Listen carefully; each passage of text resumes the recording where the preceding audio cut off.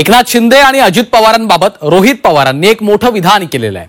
शिंदे आणि अजितदादा त्यांचा पक्ष भाजपमध्ये विलीन करणार असल्याचा मोठा गौप्यस्फोट रोहित पवारांनी केलाय। तर सुनील तटकरेंबाबत देखील त्यांनी एक धक्कादायक विधान केलेलं आहे। झी24 तासच्या टू द पॉइंट मुलाखतीमधून रोहित पवारांनी हे धक्कादायक दावे केलेले आहेत। पाहूयात।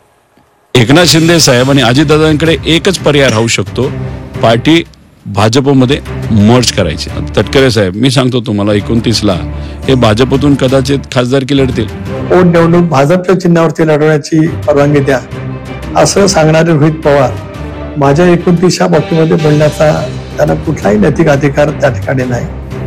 झी24 तासच्या टू द पॉइंट मुलाखतीमधून रोहित पवारांनी राष्ट्रवादी आणि शिवसेना पक्ष आणि चिन्हाबाबत मोठं विधान केलं। येत्या काही महिन्यात धनुष्यबाण चिन्ह उद्धव ठाकरेंना तर घड्याळ चिन्ह शरद पवारांना मिळणार असा मोठा दावा त्यांनी केला। त्यामुळे एकनाथ शिंदे आणि अजित पवार त्यांचे पक्ष भाजपात विलीन करणार असल्याचा दावा देखील रोहित पवारांनी केलाय। उद्धव ठाकरे साहेबांचा पक्ष सुद्धा कोर्टात आहे, पक्ष म्हणजे तो धनुष्यबाणासाठी, आणि आम्ही सुद्धा कोर्टात आहे घड्याळासाठी। गेम अशी होऊ शकते पुढच्या काही महिन्यांमध्ये की घड्याळ आम्हाला मिळू शकतं आणि धनुष्यबाण हे उद्धव ठाकरे साहेबांना मिळू शकतं, आणि एकनाथ शिंदे साहेब आणि अजितदादांकडे एकच पर्याय राहू शकतो, पार्टी भाजपमध्ये मर्ज करायची। असे गेम होऊ शकतो।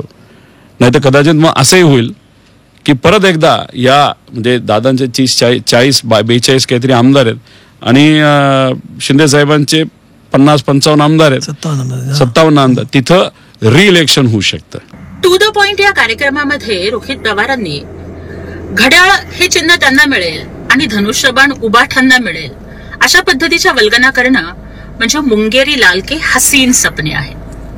मुळात मला एक प्रश्न पडतो की भविष्यामध्ये निकाल काय लागेल हे सांगायला रोहित पवार काही ज्योतिषी झालेत का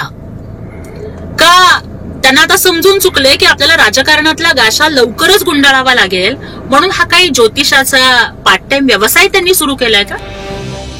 भाजपकडून दादांची राष्ट्रवादी आणि शिंदेंच्या शिवसेनेला खिंडार पाडण्याचं काम सुरू आहे असा आरोप देखील रोहित पवारांनी केला। शिवसेनेच्या नेत्यांचं एकनाथ शिंदेंच्या घरातही आयकर विभागानं नोटीस पाठवल्याचा दावा रोहित पवारांकडून करण्यात आला। तर रोहित पवारांनी त्यांच्या पक्षातल्या लोकांना सांभाळावं असा टोला राधाकृष्ण विखे पाटलांनी लगावलाय। म्हणजे अजितदादांच्या पक्षाला आताच खिंडार पाडायला त्यांनी सुरुवात केली। शिंदे साहेबांचं तर ओपन आहे। शिंदे साहेबांच्या अनेक नेत्यांना आता इन्कम टॅक्सच्या नोटीसेस आल्यात।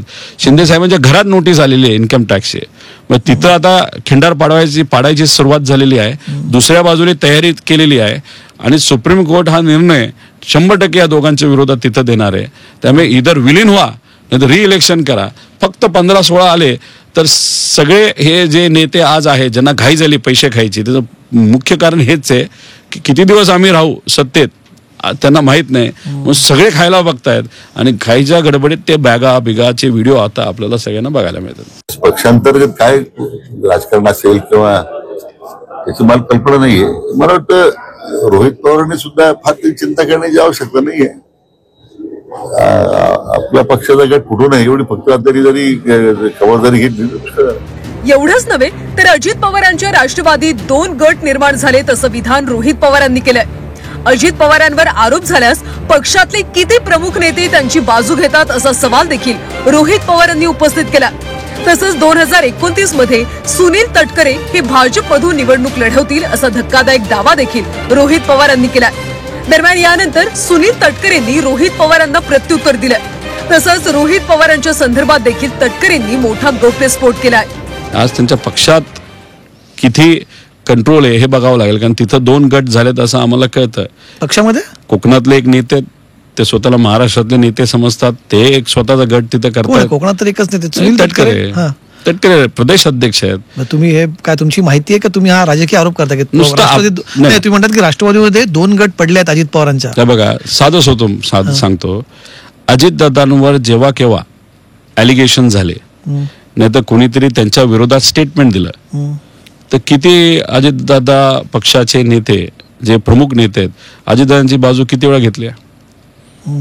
पण तटकरेंच्या बाबतीत कुणी काय बोललं नाही तर तटकरेंवर पत्ते टाकले तर कसं मारहाणी करतात तुम्ही। तटकरे साहेब, मी सांगतो तुम्हाला 29ला हे भाजपतून कदाचित खासदारकी लढतील। 2019ला रोहित पवारांना पुण्यातून उमेदवारी पाहिजे होती भारतीय जनता पक्षाकडून ते देवेंद्रजींना भेटायला कोणामार्फत दिलेत याची मला माहिती आहे. एवढंच नव्हे तर 19 सालामध्ये महाविकास आघाडीचं सरकार गठीत झालं. ज्या सरकारमध्ये रोहित पवारांना स्थान मिळू शकलं नाही त्यावेळेला सुद्धा भारतीय जनता पक्षाच्या नेतृत्वाकडे जात पुण्यातून मी राजीनामा देतो, मला परत कर्जतमधून पोटनिवडणूक भाजपच्या चिन्हावरती लढवण्याची परवानगी द्या असं सांगणारे रोहित पवार माझ्या 29 बाबतीमध्ये बोलण्याचा त्यांना कुठलाही नैतिक अधिकार त्या ठिकाणी नाही. ऑगस्टमध्ये शिवसेना पक्ष आणि चिन्हाबाबत सुनावणी होणार आहे. ठाकरेंच्या शिवसेनेच्या याचिकेवर ही सुनावणी पार पडणार आहे. त्यामुळे सुप्रीम कोर्ट काय निर्णय देणार याकडे सर्वांचं लक्ष लागलंय. तसंच रोहित पवार यांनी केलेला दावा कितपत खरा ठरणार हे देखील कोर्टाच्या निकालानंतर स्पष्ट होईल. ब्युरो रिपोर्ट झी 24 तास.